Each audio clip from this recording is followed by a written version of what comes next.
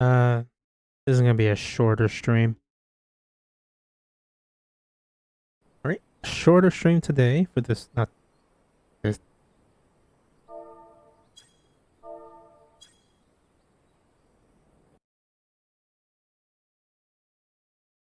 right, let's begin. General Alden is inside. Will you join him?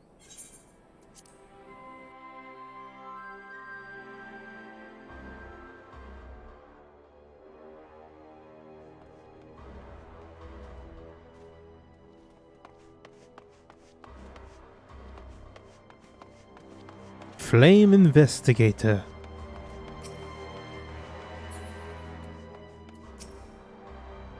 So many bodies. So many bodies. That is a lot of bodies. Oh Lord. Should have burned this place to the ground.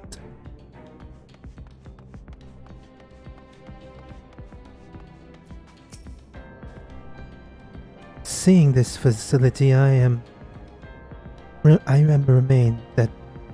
reminded that of what they did to Cryo. We received a request from the Alliance to analyze the device, and I've been recording everything of interest.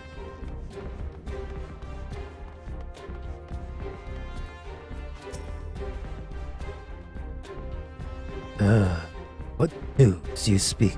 You spoke with Portola. I dig it.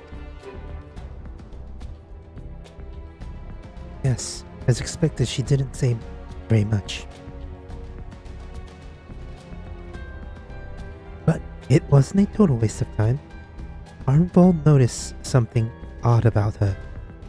He thinks she might be having visions almost constantly, which is not how the echo number works. Had you found anything here which might explain why it's so different from her?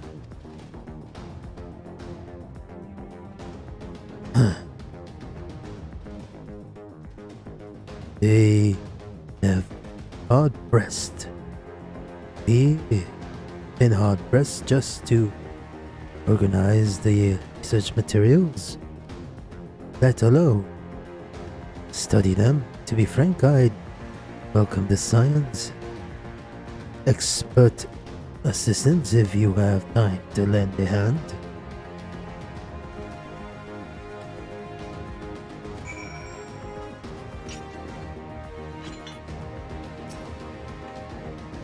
So many bodies. Every one of them victims of this experimentation. Few show any signs of external injuries. From what they've been able to determine, they perished from forcible etheric extraction. Such a miserable way to die.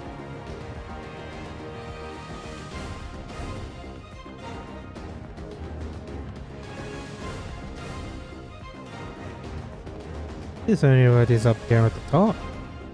Ah, peace. Leave this section to me.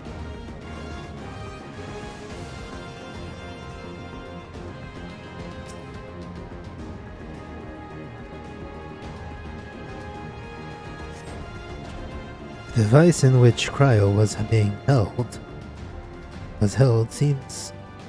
seems even more ominous now that you know the purpose that surrounds pods with pods are marked supply subject, while this one was labeled master subject. The Ironworks worked. I received a request from the Alliance to analyze devices, and I have been recording everything of interest. But you noticed the labeling? All the pods were designed to drain the aether of the occupant, save the one right here. Unlike the others, the interiors been fit with an array of sensors to measure etheric waveforms. With the purpose, however, I cannot tell you.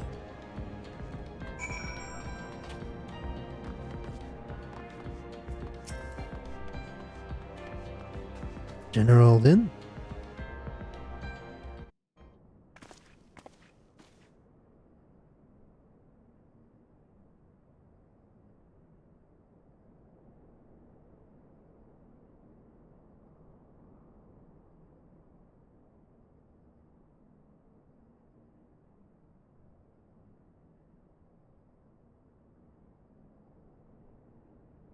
I know little less of science. So, any light you can shed on this facility's operation would be much appreciated. Gudrek, shall we start with you? It's basically to drain aether from the people and put it into a different person while copying the echo. Taking it in combination with the testimony of Cryo and Thancred, I do believe I do begin to see exactly what the Imperials were attempting here.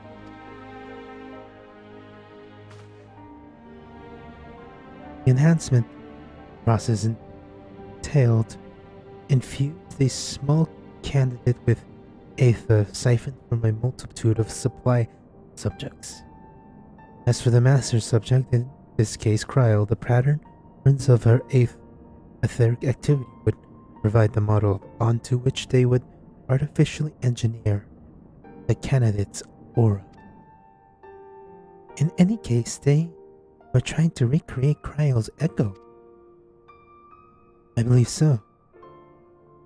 Which would explain our prisoner's present state. Cryo is possessed of an unrivaled ability to hear the whispers of the soul. It seems probable that the process engendered the same acute sensitivity in Fordola. The soldiers who guard Fordola, many of them lost friends and families to the skulls. And there's a sentry at her door day and night.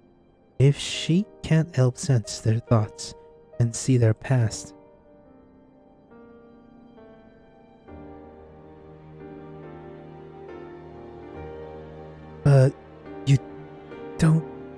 But you don't just see their past, you live it. All the emotions, all the pain. Imagine what it's do to you, you'd never be the same again. Indeed. As you may recall, Ysael was completely transformed by a single glimpse of Reisvalger's past. Fordola had been forced to experience the agony of those who live, whose lives she's destroyed. The guilt must be unbearable. That explains her request to be executed. Sounds to me like the kind of justice. Regardless, she can suffer on for now. We have more pressing matters to consider. All results of these experiments has been relayed back to Gollum. There will be aught to stop the Empire from trick. They could give the echo to anyone, to an entire legion. We must be ready. We must learn all we can. These constant productions. And Fordola remains our best source of information. Shall not be given her wish, not yet. Right. Keep faith, lass. If you're convince others to follow you, must believe that what you're telling. People will respond to passion, but not if it's faint. I understand. Thank you, General.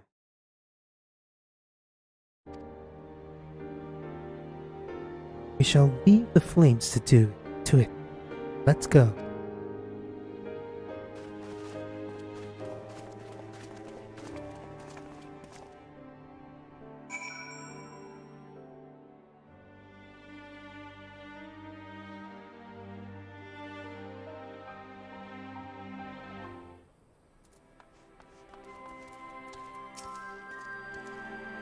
I've never known why I was given the echo, but this makes me want to put it to good use.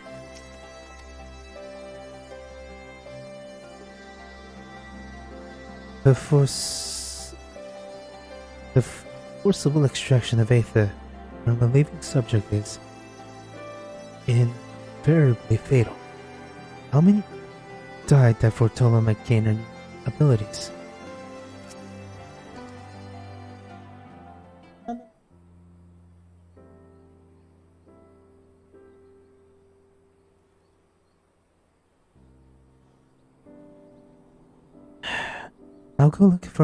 I go looking for answers about the echo, end up getting schooled by Ralba. Yet more evidence that I do not know what I'm doing. There's no wonder people listen to him and not me. General Alden is a veteran.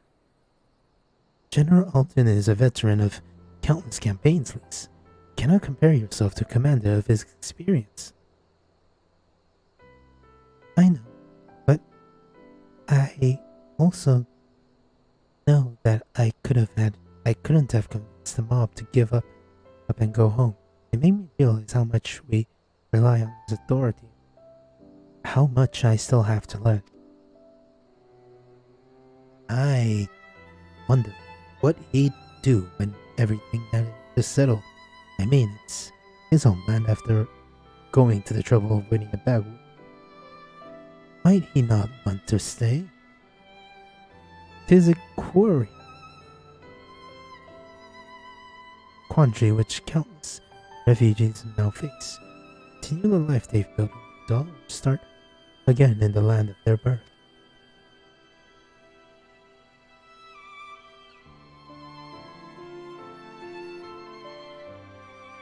Godrak. Oh, a moment. I am newly returned from Oda with a message from the Sultana. Her Grace desired an audience with you. She understands that you have responsibilities here, but asks that you visit the palace at your earliest convenience. Well, I must away and attend to other business. Until next time, my friends. Pippin, the Dark Knight. An audience with the Sultana. Depending on the nature of her consultation, this might be the perfect opportunity to inquire about the General's future plans.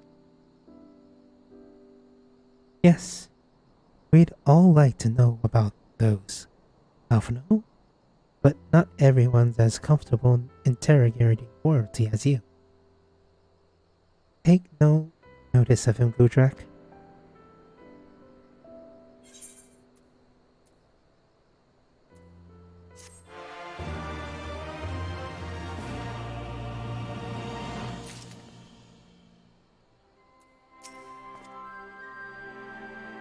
In case you're wondering, I'm not planning to stay in Allen. Too many bad memories, and besides, I like my new life.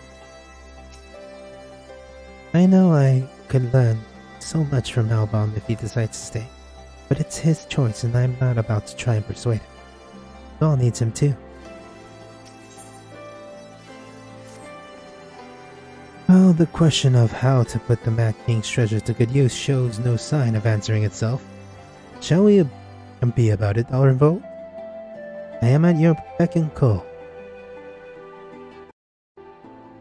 And I should be getting back to my own tasks. I'll organize a squad to head down into the ruins and then start preparing for a big meeting. Oh, send Nanamo my regards, Godrak. And us too, if you please. We shall see you on your return.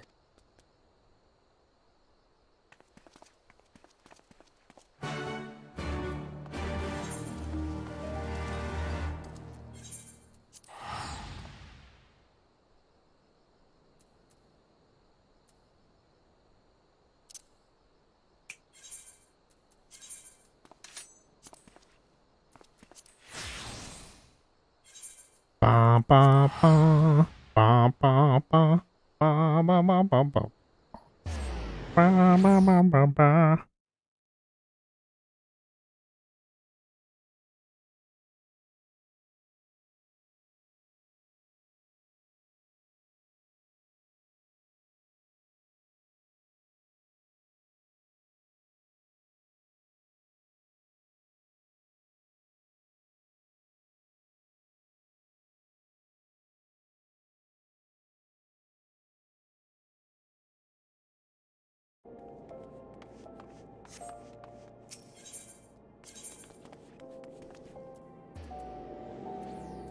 I should have stopped playing after I did my first one.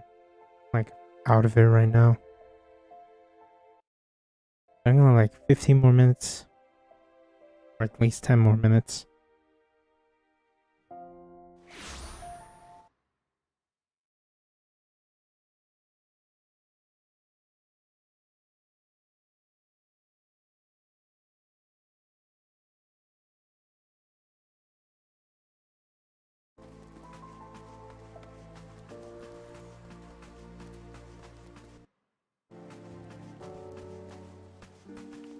You weirdo.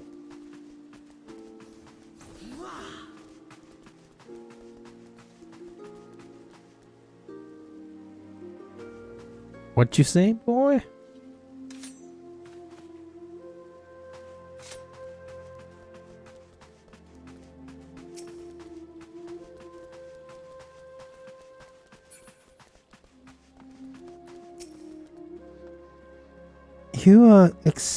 You are expected, my lord. Please proceed.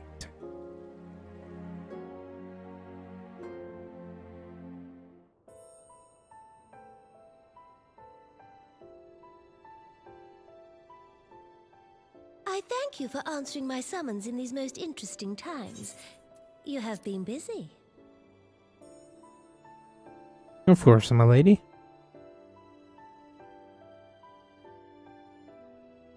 The liberation of Alamigo will have far-reaching consequences, and there is a matter upon which I would seek your counsel.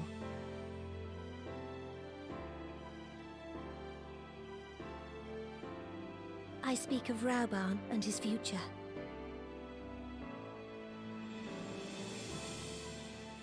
All know the tale of his rise from penniless refugee to member of the Syndicate and General of the Immortal Flames.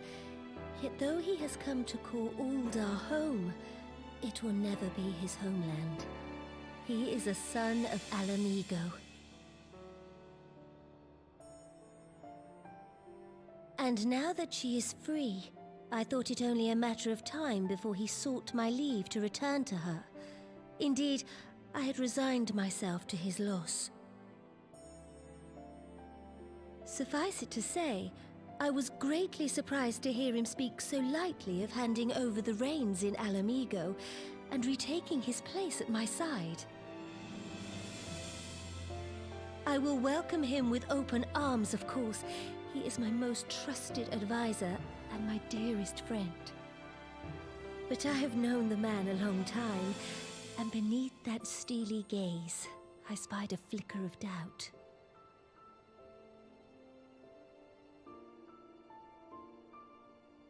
Whether Rauban chooses to remain in Uldar or return to Alamigo, I only wish that he do so with a heart unburdened by guilt or regret. Yet, how can he freely make such a choice, knowing how much I depend on him? It is past time that I learned to discharge my duties as a Sultana alone. I must go forth and see my realm with my own eyes.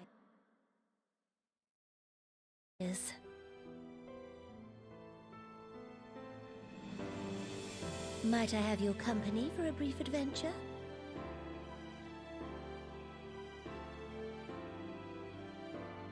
Wonderful. I trust Allow him. me a moment to change into something a touch less conspicuous, and I will join you outside.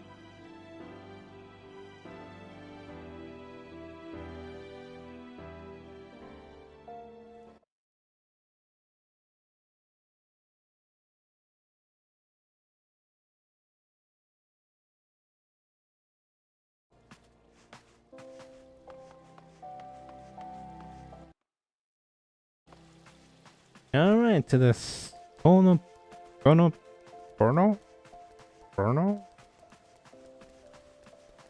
Weird.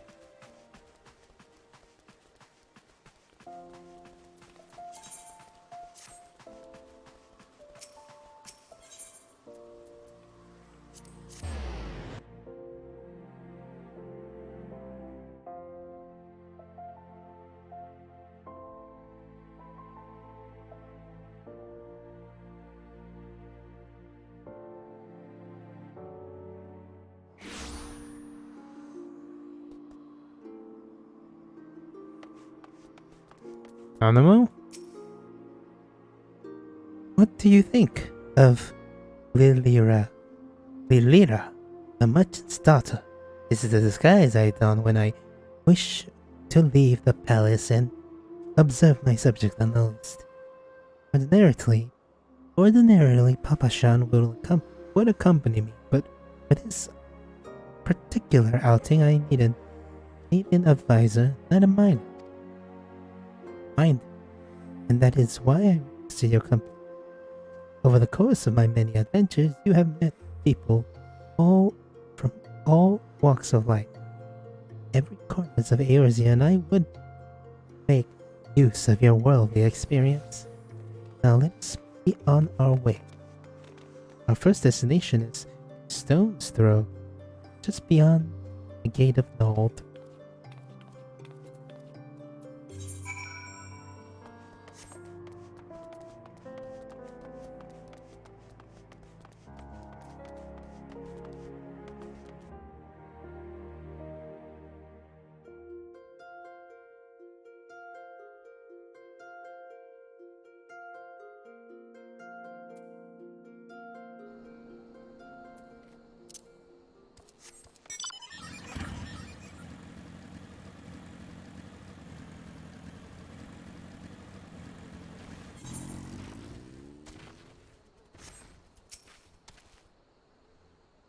Looking upon the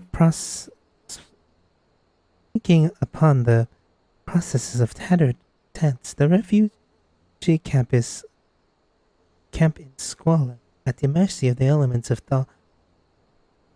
Danaland's predators above. The city's mighty walls offer safety, but the streets overflow with people as it is. And unless blessed by the hands of Null himself, no refugee could ever hope to afford a dwelling in Uldar. 20 years have passed since the fall of Alamigo and 5 since the calamity, yet the plight of the poor has grown more desperate, no less. As Sultana, the blame falls upon me.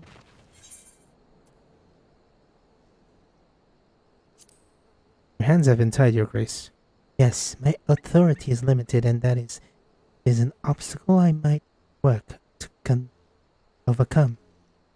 Shall we press on? I will follow the road to unholy air.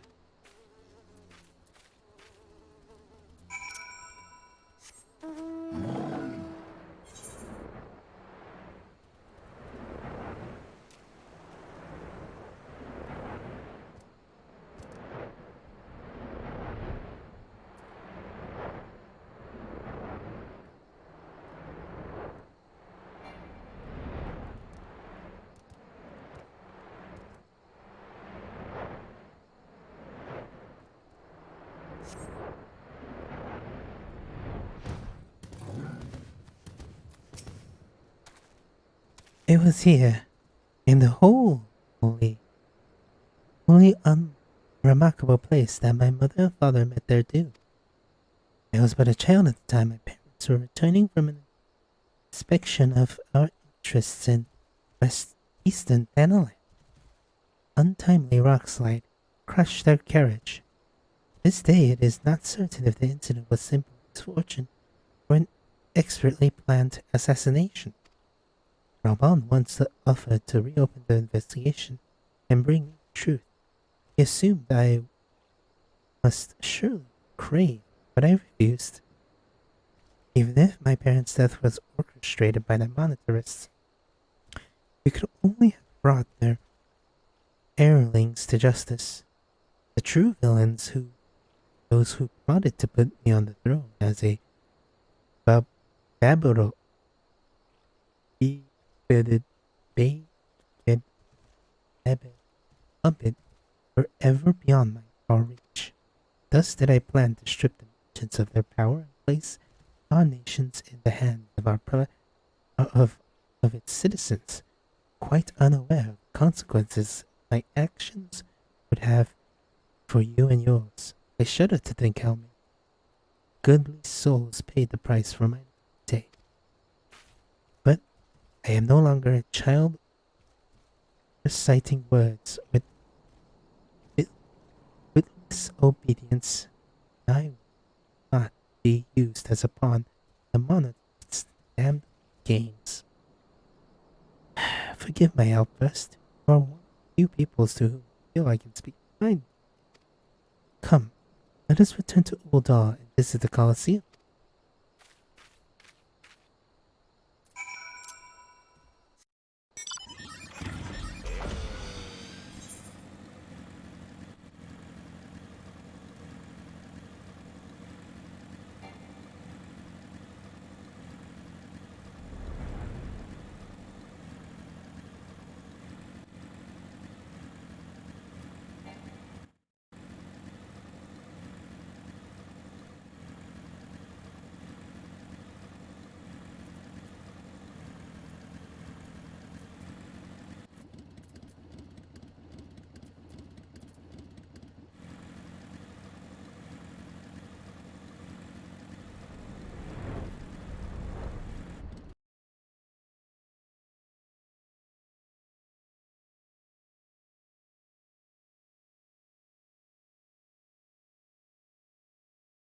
How?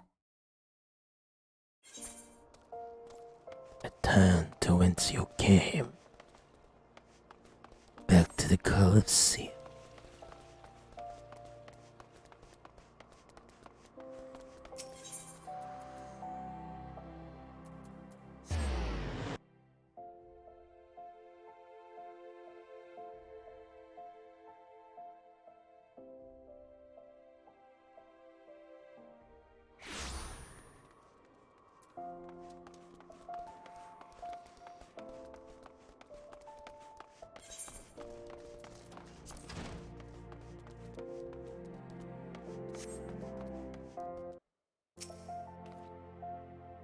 From the moment I became Sultana, I found myself thrusted into an endless parade of documents, signing and ceremonies.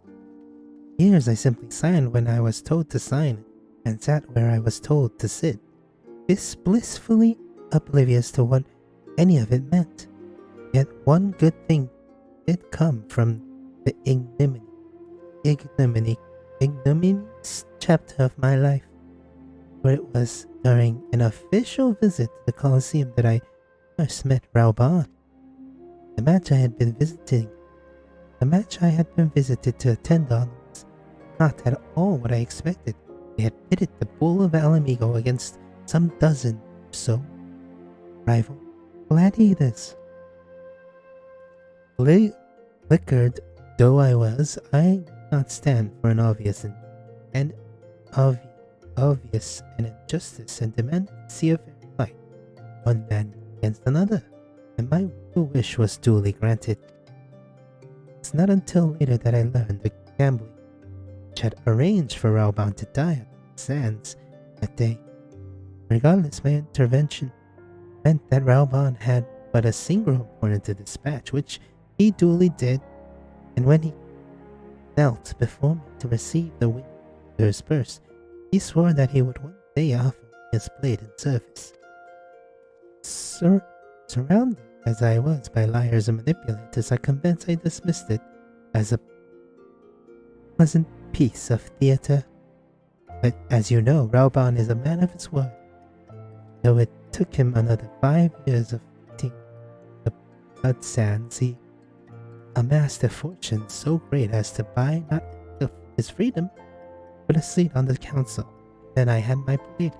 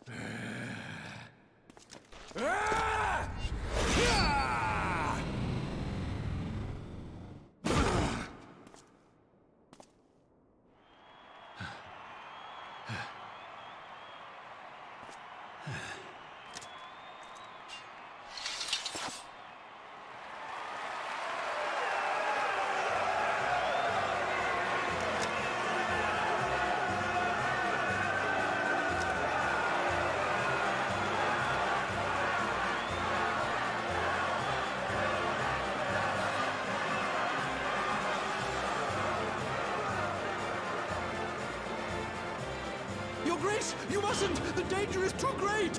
Please, Your Grace, come back! I beg of you! It seems you're the one who needs looking after, Master Show. Reborn! Your Grace, I have kept the promise made. So you have, and in turn, so too shall I keep mine. With your winnings, you have become one of the 6 most wealthy souls in all Uldar, and so, as tradition dictates, Rauben Aldin, you have earned yourself a seat on the Syndicate. May your new station garner you still greater glories. I am honored, Your Grace, and vow to serve with every fiber of my being from this day till my last.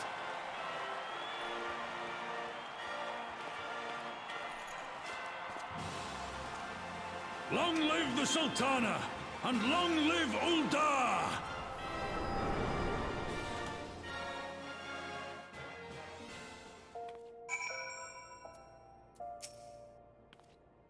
Words cannot well express what the man means to me. There's others who care deeply for my well-being, of course. Papa Sean's love for me is as that of a grandsire for his grandchild. But upon matters of governance, I cannot turn to bodyguards and maidservants for counsel. Rauben, with the authority of his syndicate's position, was the first sword I would wield, was the edge which could cut the strings that bound.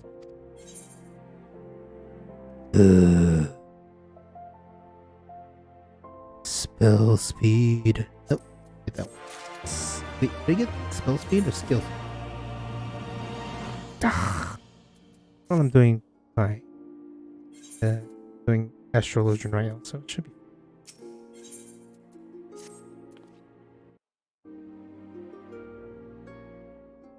We must make haste. My absence will not go unnoticed by the Sultan's ward for long, and there are other places I would visit.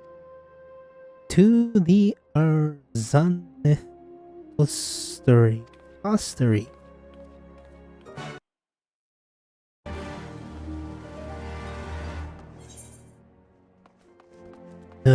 Yes.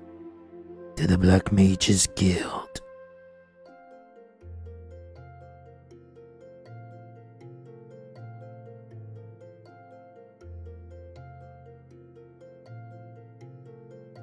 Bye bye baby, bye bye baby.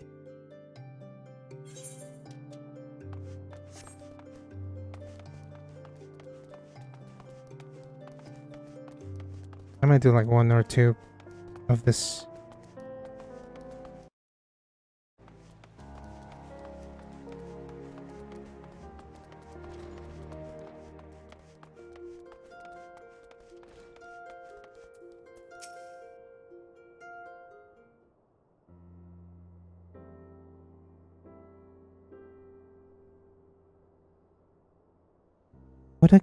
When the calamity threatened Rauben, that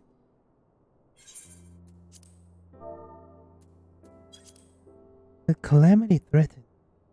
Rauben led the Alliance forces into battle on the plains of Cardano, and I remained here. I prayed all my heart that Archon Louis Soir would have the power to rouse the 12. Since that day, I had made it a custom to visit this shrine during each of my little excursions. Here I see the blessing of Thor look upon my choices and ask myself if I was fulfilling my duty as Sultana. You're rightfully celebrated as a champion because you had led the line in 100 battles for the good of the Eorzea. In such the same way, I believe the measure of a monarch lies how she to people in times of adversity. If I am to be Sultana worthy of the name, I cannot turn a blind eye to the troubles facing Uldar. I have chosen my path, Gudrak. With Alamigo now freed from imperial chains, I finally see a way to aid the refugees. Already. Any displaced Alamegans seek to begin the long trek home. To facilitate the process, I have made a small contribution. Artisan's School in Rauban's Reach.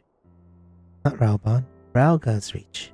For any who wish to learn new trades. Realistically, however, it will take years for such training to yield tangible benefits. But we do not have years. These people need shelter and employment if they are to survive. This time, the Uldan Treasury shall provide. Precisely where and how to allocate the necessary funds is, of course, another question.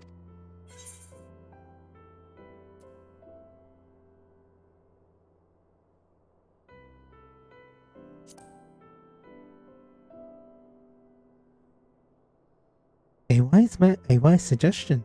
Perhaps a visit to the Golden Saucer is in order. Its proprietor is a member of the Syndicate and is one of the few who pay refugees a fair wage. I wonder, are you acquainted with Godbert Mandeville?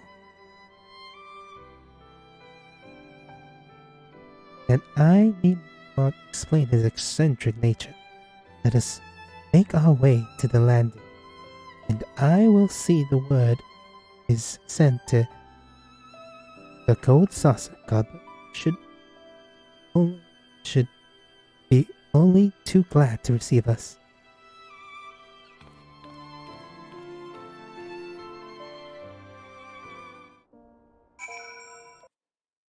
Well, I think that's it for that. I said I was just gonna go for a short time. Technically, it's an hour and 10 minutes. Or an hour, 2 hours and a change.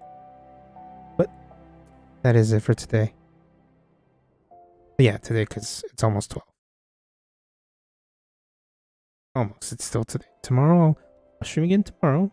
But thank you for watching. If you're watching the VOD, please come to the live stream. I stream every day between 10 and 7. I'm trying to cut it down to even more. I've been more consistent of starting at 9, so it's probably going to be from 9 to 7. And then 8 to 7. And it'll just be perfectly on time on 7 when I stream. And then again, thank you for watching. Have a good morning, evening, afternoon, and night. Whatever time it is for you. And goodbye.